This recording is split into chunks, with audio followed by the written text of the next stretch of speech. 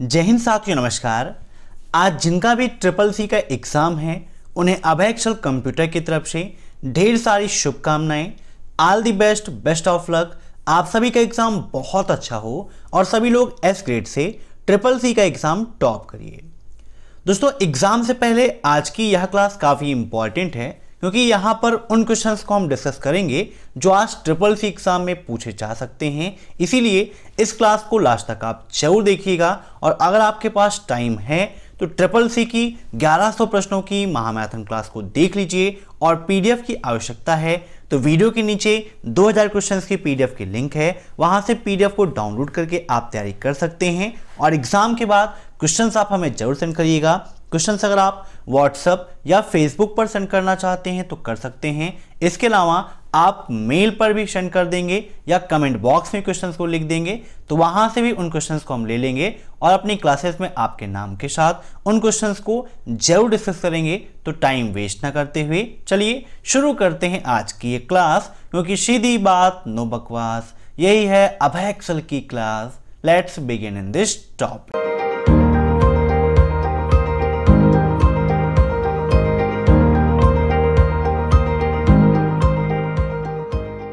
पहला क्वेश्चन आपका, क्वेटिंग के बिना फाइल को सेव करने के कमांड मोड में कौन सा कमांड है। ट्रिपल सी एग्जाम में कमांड बेस से काफी सारे क्वेश्चन पूछे जाते हैं और आज भी एग्जाम में आएंगे। तो यहां पर बात हो रही है क्वेटिंग के बिना फाइल को सेव करने के कमांड मोड में कौन सा कमांड उपयोग होता है। तो :W का उपयोग होता है। Option first is right. Note कर लीजिएगा, काफी इंपॉर्टेंट क्वेश्चन है और आज एग्जाम में आएगा।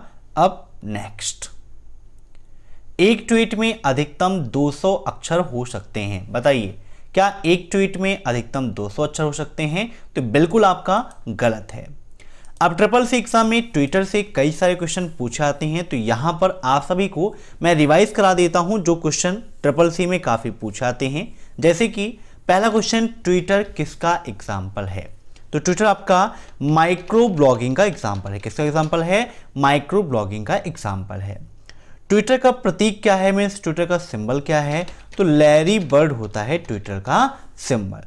ट्विटर की एक ट्वीट में कितनी कैरेक्टर्स हम पोस्ट कर सकते हैं? तो टोटल 280 कैरेक्टर हम पोस्ट कर सकते हैं। पहले जो लिमिट थी 140 की थी, अब 280 की है। 280 कैरेक्टर हम पोस्ट कर सकते हैं।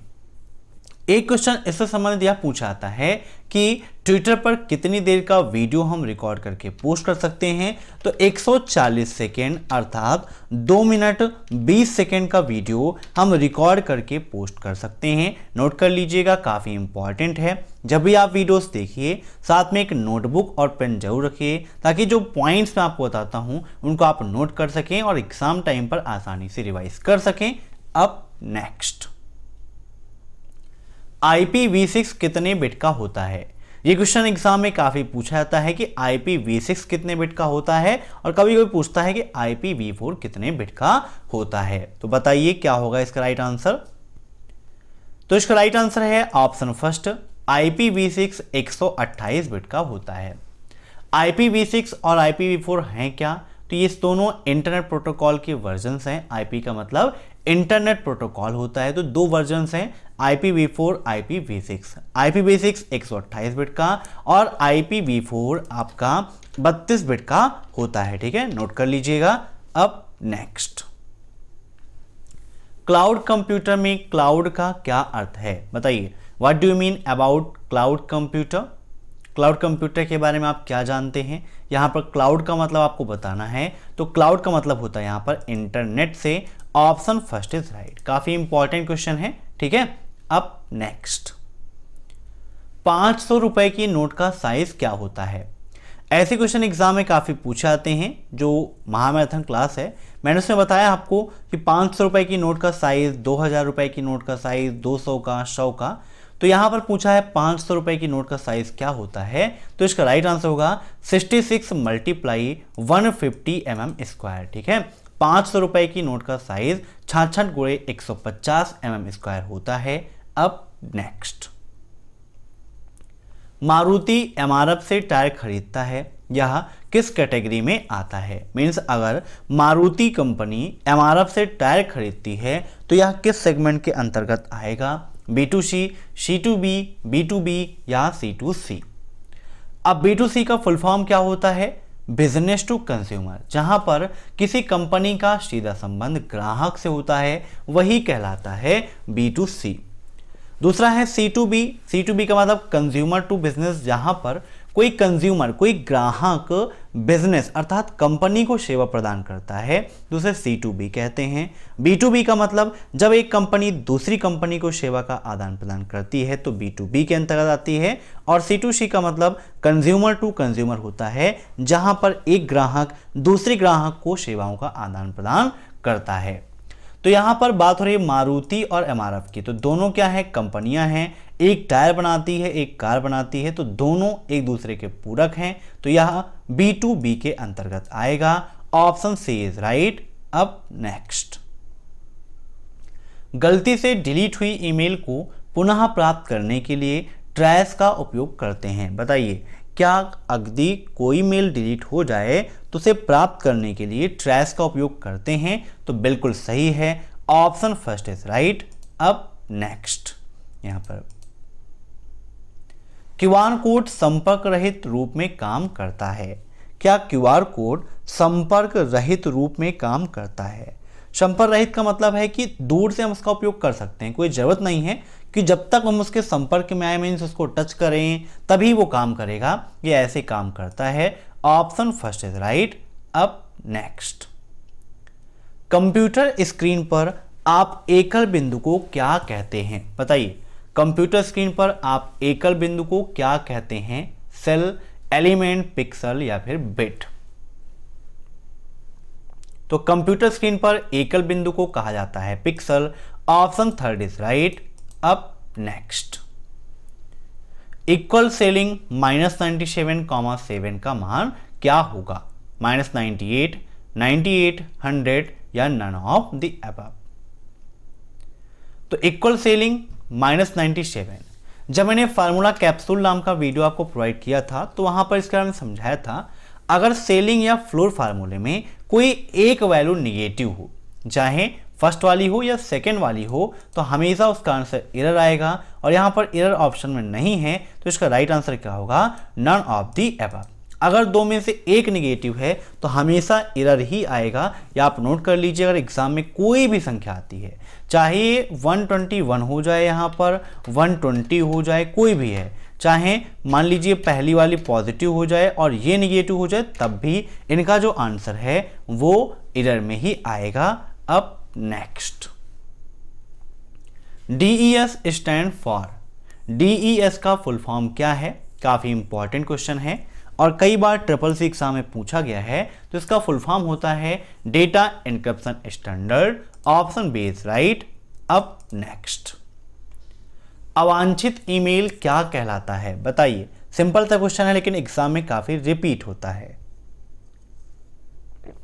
तो अवांछित ईमेल, जो जंक मेल और व्यावसायिक मेल होती हैं, मीन्स इन दोनों को अवांछित ईमेल कहा जाता है। अवांछित का मतलब अनचाही मेल, जैसे हम नहीं चाहते फिर भी हमारे पास आ जाती हैं, उन्हें हम अवांछित ईमेल कहते हैं। तो जो कॉमर्शियल मेल होती हैं अपने प्रमोशन के लिए, उन्हें हम अवांछित ईमेल कहते हैं। अब नेक्स्ट, क्या अपने पासवर्ड को अपने पेट के नाम पर रखना एक सही निर्णय है? मीन्स हमारा कोई भी पासवर्ड है उसको किसी पालतू के नाम पर रखना। पालतू मतलब कोई भी हमारा पालतू जानवर है, मान लीजिए हमारा डॉगी है, कैट है, या कुछ भी हमने जो पालतू रखा है, मीन्स जिसे हमने पाला है, उसके नाम पर पासवर्ड रखना गलत है, क्योंकि अक्सर उसके नाम लोगों को पता होते हैं, इसीलिए वो हमें नहीं रखना चाहिए। अब next, Libre office current window close करने की शॉर्टकट की क्या है? बताइए, लिब्रे ऑफिस में करंट विंडो